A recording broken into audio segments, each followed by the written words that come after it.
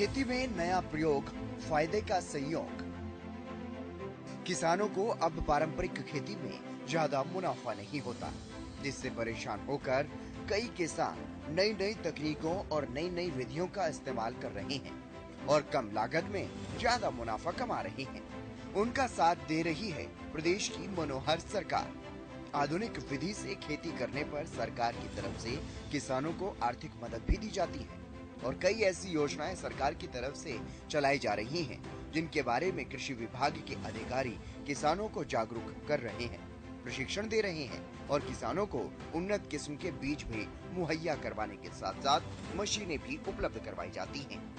इतना ही नहीं, प्राकृतिक और जैविक खेती की ओर किसानों को आकर्षित करने का काम भी किया जा रहा है और जो किसान विभाग के अधिकारियों के मार्गदर्शन में खेती कर रहे हैं, उन्हें अच्छा खासा मुनाफा भी हो रहा है। ऐसे ही एक किसान है प्रहलाद सिंह, जो आधुनिक खेती से अच्छा मुनाफा कमा रहे हैं। किसान प्रहलाद फरीदाबाद के अटाली गांव के रहने वाले हैं, जो आधुनिक तरीकों से जैविक खेती करते हैं। प्रहलाद पहले पारंपरिक खेती करते थे, गेहूं और धान की पारंपरिक फसलें उगाया करते थे, लेकिन बाद में उन्होंने आधुनिक तरीकों से सब्जियों की फसल उगाना शुरू किया, बागवानी को अपनाया और इससे उन्हें अब ज्यादा फायदा हो रहा है।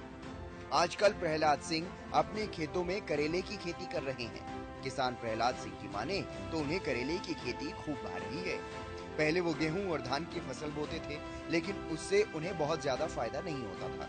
फिर उन्होंने आधुनिक तकनीक से करेला, लौकी और खीरे की खेती शुरू की। इसमें लागत भी कम है और आमदनी भी काफी बढ़ गई है। किसान प्रहलाद सिंह की माने तो परंपरागत खेती को छोड़कर किसान सरकार द्वारा बताई जा रही तकनीकों को अपनाएं और खेती को बढ़ा सकते हैं। हम कम लागत में ज्यादा मुनाफा कमा सकते हैं। किसान प्रहलाद का ये कहना है कि उनकी आमदनी पहले से काफी बढ़ चुकी है।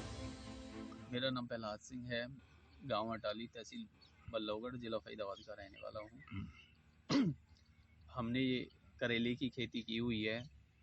इससे पहले हम गेहूं धान की खेती किया करते थे।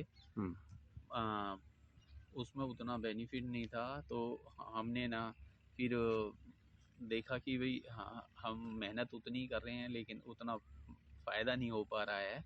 तो फिर हमने आधुनिक तकनीकों से ये करेले, लौकी, टमाटर, खीरा आदि की वर्टिकल फार्मिंग शुरू की, जिसमें लागत तो उतनी ही लगती है पर आउटपुट उससे बहुत ज़्यादा होता है, जिससे कि हमारी आगे जीविका चलाना आसान हो गया है और हमारी आमदनी भी काफ़ी बढ़ चुकी है पहले से। फरीदाबाद में आधुनिक तरीकों से जैविक खेती करने वाले प्रगतिशील किसान प्रहलाद चर्चा का विषय बने हुए हैं। आसपास के युवा भी इनके पास पहुंचते हैं, कुछ सब्जियां खरीदते हैं और बेचते हैं, जिससे उनका भी फायदा होता है और किसान प्रहलाद को भी अपनी फसल बेचने के लिए मंडी नहीं जाना पड़ता। किसान प्रहलाद ने बताया कि युवा भी दूसरी कंपनियों में नौकरी करने से ज्यादा इस तरह कमाई कर पा रहे हैं। मेरे पास काफ़ी यंग जनरेशन के लड़के आते हैं। कुछ लड़के हमसे वेजिटेबल ख़रीद के लेके जाते हैं और वो शहर में जाके अपने उन्होंने काउंटर बना रखे हैं, तो वहाँ पे वो सेल करते हैं, जिससे कि उनकी आजीविका चलती है। हमें भी फ़ायदा होता है कि हमें मंडी नहीं जाना पड़ता।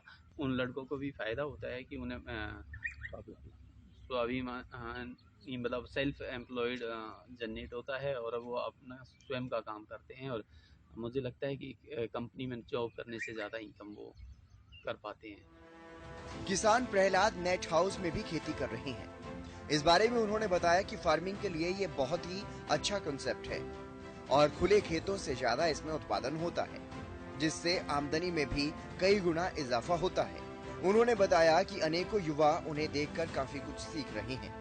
माइक्रो इरिगेशन, ड्रिपिंग और मल्चिंग या नेट हाउस समेत तमाम आधुनिक तकनीकों के बारे में उन्हें जानकारी मिलती है। अभी जैसे हम नेट हाउस में फार्मिंग कर रहे हैं।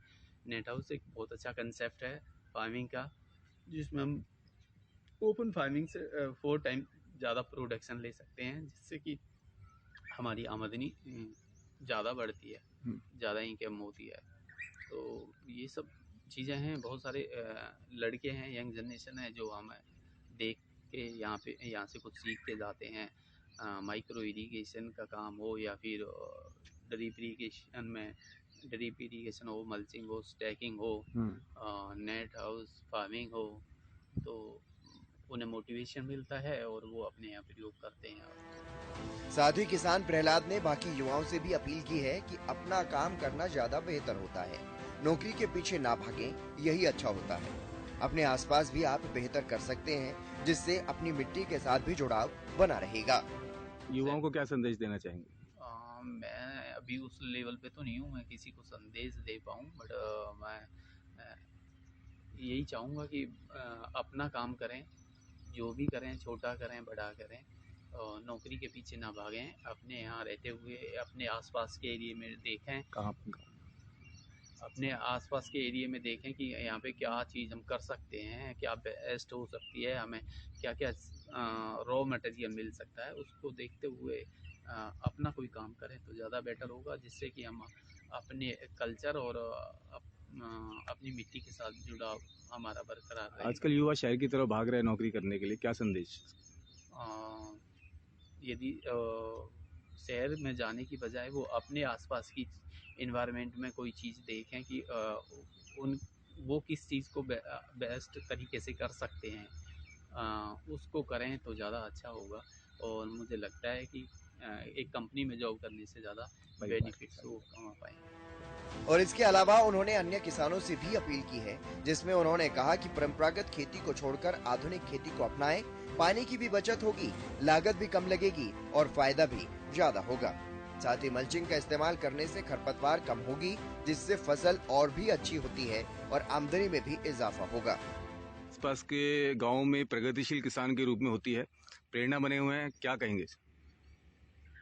बस यही कहना चाहूँगा कि ट्रेडिशनल क्रॉप को छोड़ के सरकार जो नई तकनीक बता रही है उन्हें प्रयोग करें, जिससे कि हमारी कम लागत में ज़्यादा पैदावार हो सके और हमारी इनकम बढ़ सके। और उसमें क्या है कि जैसे अब नई टेक्निक में सरकार चाह रही है कि जैसे हमारा पानी का लेवल, वाटर लेवल नीचे जा रहा है, तो ड्रिप इरिगेशन हम यूज करें, उससे हमारी कम पानी में अच्छी पैदावार होगी, कम फर्टिलाइज़र में अच्छी प्रोडक्शन हम ले पाएंगे, जिससे हमारी पानी की बचत होगी और पैदावार बढ़ेगी, हमारी आमदनी बढ़ेगी। क्योंकि हमारी प्रोडक्शन बढ़ेगी तो हमारी आमदनी बढ़ेगी। उसके साथ फिर मल्चिंग के प्रयोग करने से हमारी खरपतवार की समस्या ख़त्म होगी, जिससे कि हमारी कॉस्ट पे भी असर आएगा, हमारी कॉस्ट कम होगी और हमारा पेड़ की बढ़वार अच्छी होगी, जिससे कि हमारी प्रोडक्शन पे असर आता है। तो उसके साथ स्टैकिंग करना, अभी जो हमने करेले की क्रॉप की हुई है वो स्टैकिंग की गई है, ये लगभग 13 फीट ऊपर है और फिर वापस बेल नीचे आ रही है। तो ये स्टैकिंग करने से क्या फ़ायदा होगा कि यदि हम नीचे कोई फसल लेते हैं तो उसमें हमारी प्रोडक्शन प्रॉपर नहीं आ पाती है, बेलें ख़राब हो जाती हैं जब हम बार बार तोड़ने के लिए जाते हैं। और यदि हम स्टैकिंग पे कोई क्रॉप करते हैं तो फिर उसमें प्रोडक्शन पूरा हमारी कोई बेल ख़राब नहीं होती है, कोई फल ख़राब नहीं होता है, सारी प्रोडक्शन हमें प्रॉपर मिलती है। और यदि हमें पूरी अपनी फसल मिलेगी तो उससे हमारी आमदनी ज़्यादा होगी। इससे पहले किसान प्रहलाद टमाटर, तोरी, लौकी की खेती करके भी अच्छा मुनाफा कमा चुके हैं। इससे पहले क्या फसल आपने लगाई हुई थी और कितना फायदा हुआ था? इससे पहले हमने टमाटर यूज किया था, टमाटर स्टैकिंग पे किया हुआ था और काफ़ी अच्छी फसल निकली उसकी। हमने तोरी की फसल स्टैकिंग पे की हुई है टनल पे। हमने लास्ट 3-4 साल से हम लौकी की क्रॉप स्टैकिंग पे करते हैं, बहुत अच्छे बेनिफिट्स हैं। इसी तरह से हरियाणा के प्रगतिशील किसान नित नए मुकाम हासिल कर रहे हैं और प्रदेश की कृषि को अलग ही पहचान दिला रहे हैं। फरीदाबाद के किसान प्रहलाद सिंह अन्य किसानों के लिए प्रेरणा के स्रोत हैं।